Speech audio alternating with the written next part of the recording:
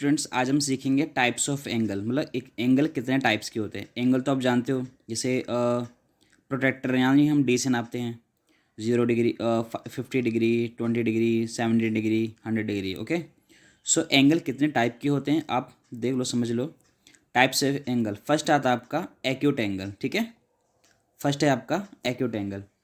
Acute angle का मतलब है ऐसे एंगल जो 90 से कम, लेस देन 90 मतलब 90 से कम होते हैं। ठीक है, जैसे 20 degree, 10 degree, 70 degree, 89 degree, 25 degree, 69 degree, 60 degree. मतलब ये सारे एंगल 90 से कम है, 0 और 90 के बीच में है, ये सारे एक्यूट एंगल होते हैं। ठीक है, ओके। सेकंड आता है आपका राइट एंगल। राइट एंगल मतलब ये एंगल ऐसे एंगल होते हैं जो आपके 90 डिग्री, सिर्फ 90 का ही होगा, उसको हम बोलेंगे राइट एंगल। सिर्फ 90 डिग्री एंगल को राइट एंगल बोलेंगे, और 90 से कम वाले को क्या बोलेंगे? हाँ, एक्यूट एंगल। ठीक है, नेक्स्ट देखो, नेक्स्ट आते हैं ऑब्ट्यूज एंगल।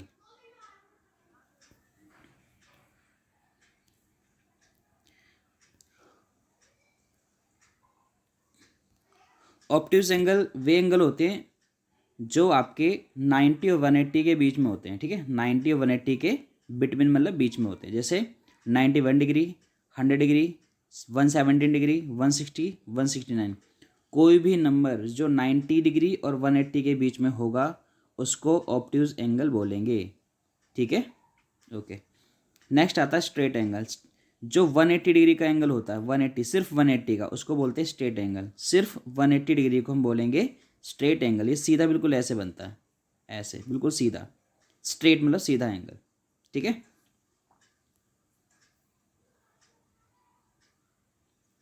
इसके बाद आता है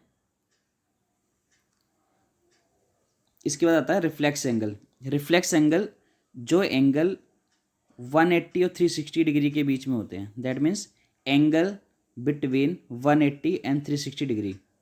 ठीक है, वो सारे के सारे होते हैं रिफ्लेक्स एंगल। कौन से होते हैं? Reflex angle.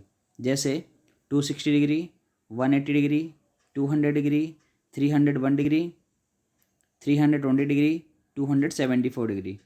तो ये सारे एंगल रिफ्लेक्स एंगल हैं जो 180 और 360 डिग्री के बीच में आते हैं। समझ में आ गई बात? आगे देखो, अभी कुछ मैंने एंगल्स ड्रॉ किए हैं। ठीक है, कुछ एंगल्स हैं आपके सामने, देखिए। ये एक्यूट एंगल, एक्यूट एंगल हमेशा ये वी तरीके का बनेगा, वी शेप में बनेगा। ये सारे वी शेप में एंगल होते हैं आपके एक्यूट एंगल। और राइट एंगल हमेशा एल की शेप में बनेगा, चाहे ऐसे बने चाहे ऐसे बने, हमेशा एल की शेप में बनेगा राइट एंगल। ठीक है, ऑब्ट्यूज एंगल, जिसे ये एल होता है, एल से थोड़ा ज़्यादा फैला होगा, ये आपका ऑब्ट्यूज एंगल है। ठीक है, स्ट्रेट एंगल बिल्कुल सीधा होता है, बिल्कुल सीधा सीधा सीधा, बिल्कुल सीधा। और रिफ्लेक्स एंगल थोड़ा दिखने में इस तरीके का होता है। ठीक है, सीधे से थोड़ा और ज़्यादा फैला, ये इस तरीके का, ये आपका रिफ्लेक्स एंगल। और कंप्लीट एंगल पूरा ही ऐसा होता है। ठीक है, इनको अच्छे से नोट कर लो और समझ लो। ठीक है, अब देखिए कुछ क्वेश्चन हम करेंगे, बताएंगे कि इसको आइडेंटिफाई करके बताएंगे कौन सा एंगल एक्यूट है, कौन सा राइट एंगल है, कौन सा ऑब्ट्यूज है, और कौन सा एंगल हमारा रिफ्लेक्स एंगल है। ठीक है, सो फर्स्ट देखते हैं। फर्स्ट एंगल है ये वाला, ये आपको वी की तरह दिख रहा होगा। वी, मैंने कहा वी की तरह जो भी एंगल होगा ये सारे के सारे क्या होंगे? Acute angle. ठीक है, और ये थोड़ा इस तरीके का एंगल बनेगा, थोड़ा इस तरीके का बाहर की तरफ फैला हुआ, ये क्या है आपका? कौन सा एंगल है? ऑब्ट्यूज एंगल है। ठीक है, ये अगेन फिर से वी की तरह बन रहा है। ठीक है, सो ये आपका आ गया एक्यूट एंगल। ठीक है, ये भी एक्यूट एंगल है आपका, वी की तरह बन रहा है। ये भी एक्यूट एंगल है। ये स्ट्रेट एंगल से जो सीधा स्ट्रेट एंगल होता है। ठीक है, और ये थोड़ा उससे भी ज़्यादा फैल रहा है। ठीक है, ये तो ये बन गया आपका रिफ्लेक्स एंगल। ठीक है, रिफ्लेक्स। और ये भी आपका, ये दिख रहा है, ये ज़्यादा फैल रहा है, तो इसको भी रिफ्लेक्स बोलेंगे। ये भी आपका ऑब्ट्यूज एंगल है। ठीक है,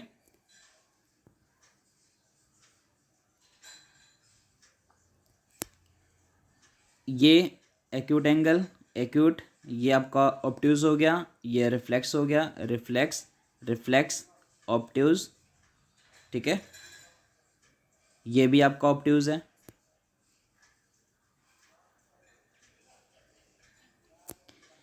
ये एक्यूट एंगल है, ये ऑब्ट्यूज एंगल है, ये रिफ्लेक्स एंगल है, ये भी रिफ्लेक्स है, ये एक्यूट है, ये ऑब्ट्यूज है, और ये आपका रिफ्लेक्स एंगल हो गया। ठीक है, ये बताओ कौन से एंगल है। ये आपका इस तरीके का कभी भी बनेगा, इस तरीके का आधा सर्कल इतना होता है, पर आधे सर्कल से ज़्यादा बनेगा तो हमेशा ये क्या बनेगा, आधा सर्कल ये होता है। ठीक है, इस तरीके का, और आधे सर्कल से ज़्यादा बनेगा तो हमेशा हम उसको बोलेंगे रिफ्लेक्स। तो ये रिफ्लेक्स एंगल है, ये भी आधे सर्कल से ज़्यादा है तो ये भी रिफ्लेक्स एंगल है, ये भी रिफ्लेक्स एंगल है, ये भी रिफ्लेक्स है, ये भी रिफ्लेक्स है, और ये भी हाफ सर्कल से ज़्यादा अगर बेंड होगा तो ये आपका रिफ्लेक्स एंगल होगा। ठीक है,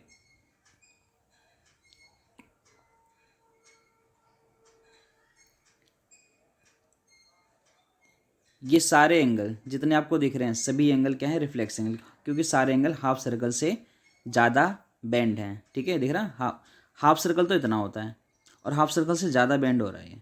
ठीक है, इसलिए क्या है, ये रिफ्लेक्स एंगल है। सो आई होप मुझे आप लोगों को ये वीडियो पसंद आया होगा। ठीक है, और फिर से मैं बता देता हूँ, कोई भी एंगल जो 90 का होगा हम उसको एल शेप में लिखेंगे, ऐसे ऐसे ऐसे ऐसे। ठीक है, और जो एक्यूट एंगल होगा उसको वी शेप में रखेंगे। ठीक है, वी शेप, ऐसे वी, ऐसे रख लो, ऐसे रख लो, ऐसे रख लो, कैसे भी, लेकिन वी शेप में होना चाहिए। ठीक है, ऑब्ट्यूज एंगल होगा वो आपका एल से थोड़ा ज़्यादा होगा, एल से थोड़ा ज़्यादा होगा, इस तरीके का।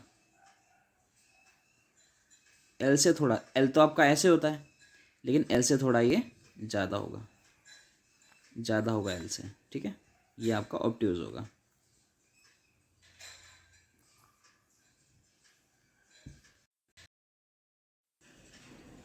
तो ठीक है, आप सभी लोग इस वीडियो को अच्छे से देखो।